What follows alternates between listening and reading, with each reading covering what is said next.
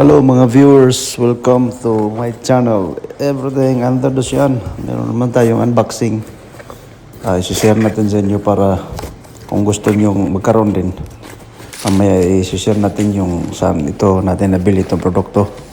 Ito ay matibay, pangmatagalan, di kalidad, kwalifikado, durable, pangmatagalan,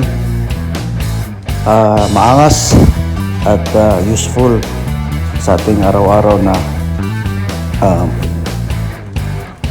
gawain.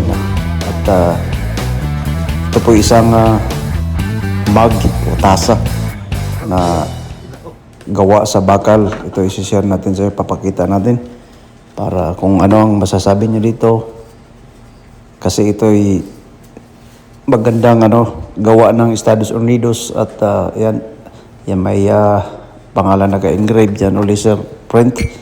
Mamaya pag-usapan natin. Tatlo lang naman ang nasa loob nitong package. Yung handle niya, screw at itong tasa. Now, ito ay gawa sa high precision na machine at may kasama itong Allen wrench, itong Allen key. Para kabit nyo yung sa rail yan, yung handle niya. May tatlong yan, lagayan kung saan nyo pwesto. Kayo nang bahala magkabit. At ito, combat cup, pero battle mug ang talagang nito. Title niya. Yan, gawa ng USA. Hindi to gawa sa China. Dito talaga lang ito sa ang opisina nila sa Texas.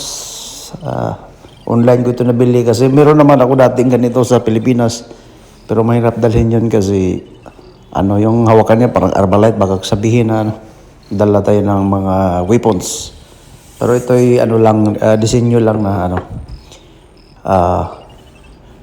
para iba naman ang niya, tsura. So Mag User Guild, ako po ang nag-title niyan.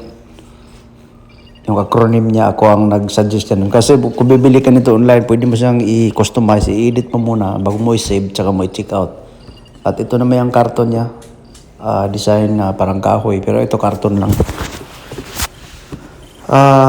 No regret ako sa product nito kasi gawa talaga ito sa matibay quality at inaayos talaga pag anodize, lahat ng proseso bago nila ito shippings. Yan, pwede mo magkape, pwede ka lagyan ng beer, nasa sa inyo na kung anong gagawin mo dito. Kahit ito ay mabagsak o gumulong o kahit matagal. At tayo magkape, subukan ito sa kape, ayos din. Para sa mga hobbyist o talagang magkaroon lang ng ganito, mamaya isa-share ko yung link. Pero ito bago nyo salinan ng tubig, kasi ang boiling point ng tubig ay 100 degrees Celsius. Huwag nyo muna siyang inumin agad kasi mainit. Kasi may heat transfer ito sa handle, medyo mainit. Hintayin nyo muna mga 5 minutes. So, what do you think guys sa product na ito? Anong masasabi nyo? Comment down below at kung may tanong kayo, lagay nyo lang sa comment. At hanggang dito lang muna. Salamat at battle mug, combat mug. Gawa matibay, talagang maasahan. Over and out.